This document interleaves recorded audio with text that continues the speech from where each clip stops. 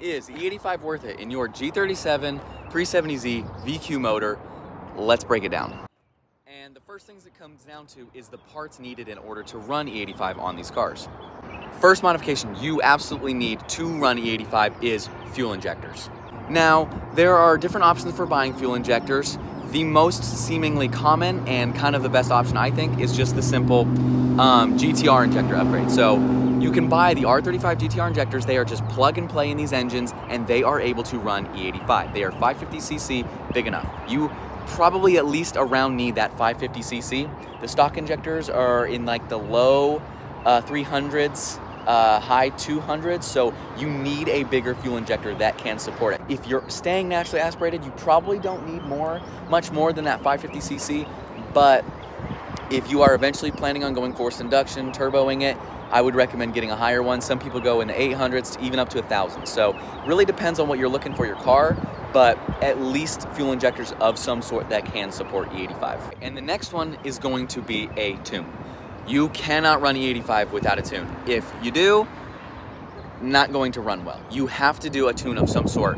Whether it is a remote tune, in-person, dyno, street, whatever it is, you need a tune to dial in how to properly run that E85 so your car isn't running like shit with it. Because if your car was not meant to run E85 from the factory, it is not going to run good. You know, do some research on tuners in your area, whatever it is, find that person that can give you that and talk with them. So those are the two modifications you for sure need on your vehicle in order to run it. There is, however, also one that it kind of depends on who you ask, but it's going to be a fuel pump. I personally am running E85. I have the injectors, I have the tune. I am not running the fuel pump. I'm staying naturally aspirated. The stock fuel pump should be putting out enough to support the modifications I'm going to have. Down the road, probably going to get a fuel pump. You know, when I go full bolt on, might as well just get it if they're not super expensive, but you don't necessarily need it, but it is recommended, especially if you're going forced induction, you need a bigger fuel pump. If you're staying naturally aspirated, just going bolt-ons, you may not necessarily need it. It depends on who you ask. Ask your tuner, ask people, do a little bit of your research as well, what you're thinking on doing with your modifications, but my tuner said I do not necessarily need it if I'm staying naturally aspirated. Not all cars are the same. Maybe your stock fuel pump is not doing enough for you. Mine's been fine. I've been running the tune for a while. I've had no problems with it at all with that stock fuel pump. But that is going to be it for the parts. Next up, it's going to come down to the cost of these parts. It can really depend on what you're looking for, the quality you're looking for. But what I will say, number one thing to do, check Facebook Marketplace. Always check Facebook Marketplace. You can always find deals there. There's people that buy stuff that they don't need anymore. Check Facebook Marketplace, all right? Always. But now that we're looking at price, let's talk about the injectors first. If you're going completely brand new, stock GTR injectors are going to be very expensive. If you're getting them from like Z1, for example, they could be almost $178 an injector. I'm not paying that. So I go on Facebook Marketplace. I got a full set of my 6 GTR injectors, brand new, never used, for $350. One thing with the injectors you have to look for is the fake knockoffs that claim to be GTR injectors. All over eBay, there are a lot of options out there. You want to make sure you get a set of real ones because it can bite you in the ass later because you will not be able to get enough fuel into the engine because those fuel injectors are knockoffs and they are not good quality at all. I would try for GTR, find a set of used for maybe 500 bucks, 400 bucks. You know, I got really lucky with my deal, but you can find a set of used GTR injectors for not super expensive, maybe $500 and under, and that I would think is like one of the best options. If you're already tuned, maybe you just get a retune, just the new injectors running 85, shouldn't be as much, but if you've never gotten tuned, could be $500 to $1,000. It really depends on the people you have. You can go remote tune, street tune, dyno tune. It really just depends. My first tune was a street tune, but then my third tune basically was just the street tune, getting a little bit retuned on the dyno. You need that tune, you know, do your research on who you think is good. Fuel pump is actually not too expensive. You can get a decent fuel pump, $100, $150. They're not super expensive. You kind of want to see how much you're wanting to run. Ask your tuner what you think. Most people tend to do the 340, and that tends to be enough for people. Just something aftermarket, getting more fuel, a little bit better. It's not an insane part, but you know, depending on if you want your quality, you know, get something that you know will last. Don't just cheap out, get some eBay part, you know, try to at least get some kind of brand. Another part of the cost is going to be the cost of E85 itself, filling up every day. So obviously it's going to depend on where you live, how accessible it is. I'm in Texas.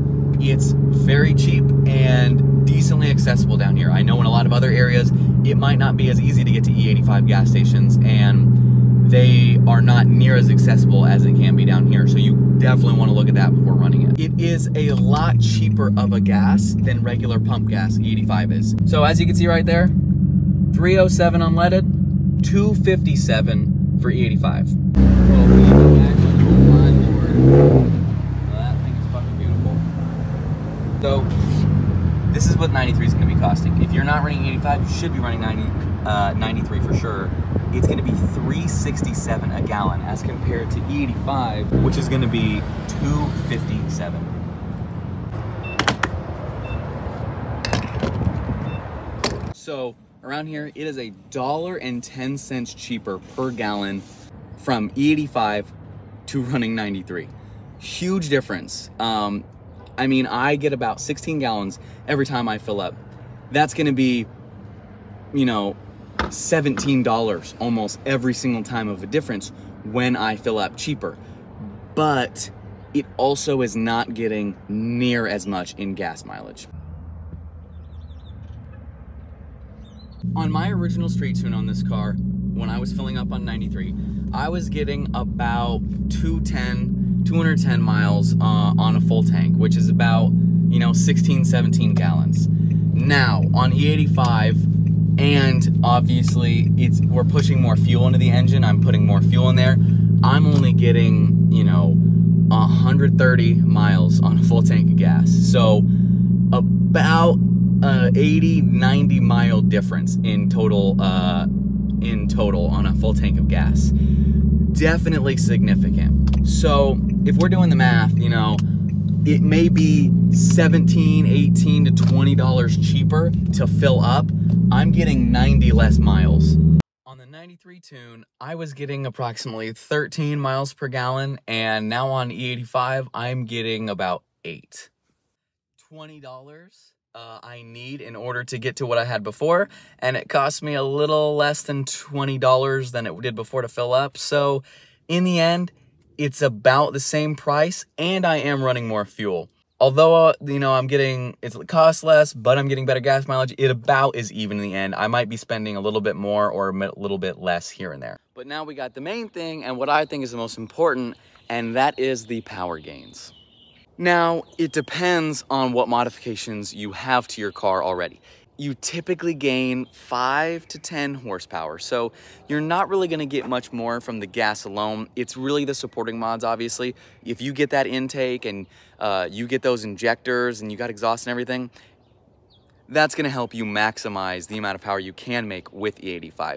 I have the 3-inch intake from Z1 and fuel injectors, which got me to 341 wheel horsepower, and that's without headers. I'm basically full bolt-on without headers, and it got me to 341 wheel. So in my case, it helped a lot. It definitely increased. I wish I had the numbers of me on 93, but I unfortunately do not. I just know what I made on the E85. So for me personally, is the E85 worth it? 1000%, yes. I debated for a long time if I was going to run it, but even if it's just that little bit more horsepower in the end, you're probably going to buy injectors and air intake anyway, and it really is no extra cost to run E85, so you might as well. It's better for the engine, you know, it has less knock resistance. I think 1000% E85 is worth it. You are already buying those modifications, so why not also get it tuned on E85 gas? It really pays for itself in the end. It gets you more power, and it's about the same as running 93 gas in price. So why wouldn't you do it? Let me know what y'all think. If you're running 85, if you saw a difference in your car, let me know. I think it's worth it. You may not agree. It really just depends on the person. But I hope this kind of gave y'all a little look at what you think you want to do. Let me know. Let me know the people that are out there, what you're running, what you make. Also, check out the channel. Check out this car right here. I post it all the time. I got other videos. I've got the videos making the 340 wheel.